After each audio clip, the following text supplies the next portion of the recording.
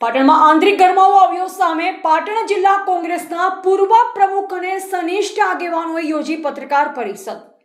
ધારાસભ્ય કિરીટ પટેલ, જિલ્લા કોંગ્રેસ પ્રમુખ ગેમરભાઈ દેસાઈ, પૂર્વ ધારાસભ્ય રઘુભાઈ દેસાઈ, ગેનીબેન ઠાકોર સહિતના ઉત્તર ગુજરાતના નેતાઓ દિલ્હીમાં ખડગેજીને મળતા પાટણ કોંગ્રેસમાં વિખવાદ આવ્યો સામે અમિત ચાવડાના સમર્થનમાં પાટણમાં સનિષ્ઠ કોંગ્રેસ આગેવાનોએ પત્રકાર પરિષદ યોજી।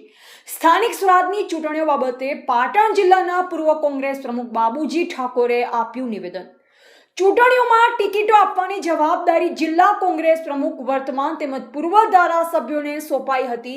અંગત સ્વાર્થ અને ભાજપને જીતાડવા માટે નબળા ઉમેદવારોની પસંદગી કરાઈ તેમ બાબુજી ઠાકોરે જણાવ્યું। જિલ્લા કોંગ્રેસ પ્રમુખે સંગઠનનું કામ કરવાના બદલે કિંમતી સમય ભુવાપણામાં વિતાવ્યો, જેના કારણે પરિણામ ન મળ્યું। પરિણામ ન મળતા દોષનો ટોપલો અમિત ચાવડા પર ઢોળવો વ્યાજબી નથી। પાટણ વિધાનસભામાં ઠાકોર સમાજના 80,000 વોટ અમે અપાવ્યા, પણ લોકસભાની ચૂંટણીમાં ઠાકોર ઉમેદવારને 20,000 વોટ પણ ધારાસભ્ય કિરીટ પટેલ ન અપાવી શક્યા। અમિત ચાવડાના સમર્થનમાં કોંગ્રેસના નેતાઓ ટૂંક સમયમાં રાહુલ ગાંધી અને મલ્લિકાર્જુન ખડગેને મળી રજૂઆત કરશે। આગેવાનોના નામે દિલ્હીમાં અમારા કોંગ્રેસના આદરણીય પ્રમુખ આદરણીય શ્રી અમિતભાઈ ચાવડા વિરુદ્ધમાં એક ષડયંત્રના ભાગરૂપે જે ઘટના બની, પહેલાં અમે એના કડક શબ્દોમાં વખોડીએ છીએ।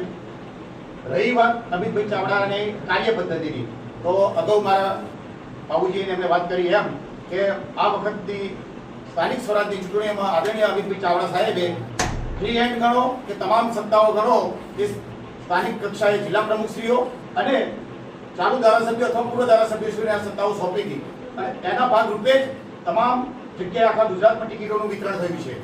રહી વાત પરિણામની, તો સ્વાભાવિક છે કે ટિકિટો તમે આપી છે, ઉમેદવારો તમે નક્કી કર્યા છે, આખી પાર્ટી પર તમારો કંટ્રોલ હતો, તો પરિણામ લાવવાની જવાબદારી પણ તમારી રહેતી હોય છે।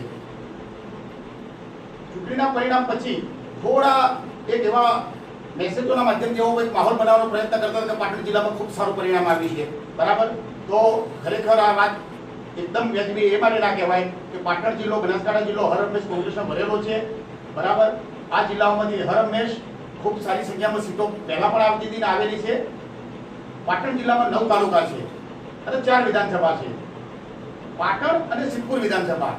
આ ભૌગોલિક પરિસ્થિતિએ અને તેની વસ્તીના પ્રમાણે, બરાબર, કોઈ એમ કહેતું હોય કે અમે સીટો લાવ્યા છીએ, તો આ વાતમાં તથ્ય માટે નથી કે આ વિસ્તાર પહેલેથી જ કોંગ્રેસ માટે ખૂબ સારો વિસ્તાર છે અને વિસ્તારમાંથી સીટો પહેલેથી આપતી રહી છે। રહી વાત ચાણસ્મા અને રાધનપુર વિધાનસભા, તો આ જિલ્લા કોંગ્રેસ સમિતિના પ્રમુખ હતા, આ જ આગેવાનો હતા, બરાબર। તેઓ ટોટલ 6 તાલુકા હતા, એક પણ તાલુકા પંચાયત બનાવી શક્યા નથી, બરાબર। તેઓ દરેક તાલુકામાં બબે માત્ર સીટો લાવ્યા છે। ટોટલ 18 જિલ્લા પંચાયતમાંથી માત્ર 5 જિલ્લા પંચાયતની સીટો આવી છે, તો આ પરિણામની જવાબદારી કોની? તો શું એ જિલ્લા પ્રમુખ બીજા હતા? એટલે પરિણામની જવાબદારી હંમેશા જેને નેતૃત્વ કર્યું હોય એમને જ લેવાની હોય।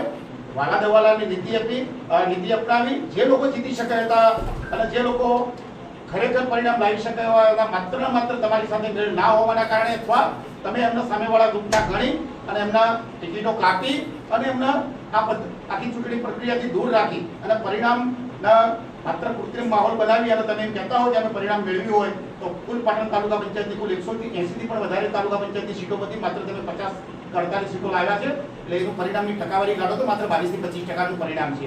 એ જ પ્રમાણે જિલ્લા પંચાયતમાં પણ તમે 40% થી વધારે પરિણામ નથી લાવી શક્યા અને નગરપાલિકામાં પણ 30% થી વધારે પરિણામ નથી લાવી શક્યા। એટલે આ જવાબદારી માત્ર ને માત્ર તમારી બને છે। અને અગાઉ બાબુજીએ કહ્યું એમ કે કોઈ પણ પ્રકારનું સંકલન નથી। અમારા બંને જિલ્લાના પૂર્વ પ્રમુખો અમારી સાથે બેઠા છે, એ જ પ્રકારે જિલ્લા પંચાયતના સદસ્યો હોય કે કોઈ પૂર્વ ચેરમેનો હોય કે પૂર્વ અમારા વડીલ આગેવાનો હોય, ક્યારેય કોઈની સાથે કોઈ પણ પ્રકારનું સંકલન કર્યા વગર માત્ર મનસ્વી નિર્ણય લઈને આ પ્રકારના પરિણામો આવ્યા હોય। અને હવે તમે દોષનો ટુકડો અમારા આદરણીય પ્રમુખ સાહેબ શ્રી અમિતભાઈ ચાવડા સાહેબ ઉપર ઢોળી અને એમને બદનામ કરવા માટે, અથવા તો પછી એક બીજી હું તમને વાત કરું કે ઉત્તર ગુજરાતની કુલ 32 વિધાનસભાની સીટો છે। તમે કઈ વિધાનસભાની ચૂંટણીના પરિણામ જોઈ લો કે આગળના પરિણામ પણ જોઈ લો કે હર હંમેશ ઉત્તર ગુજરાતે કોંગ્રેસને ખૂબ સારી સીટો આપી છે, બરાબર।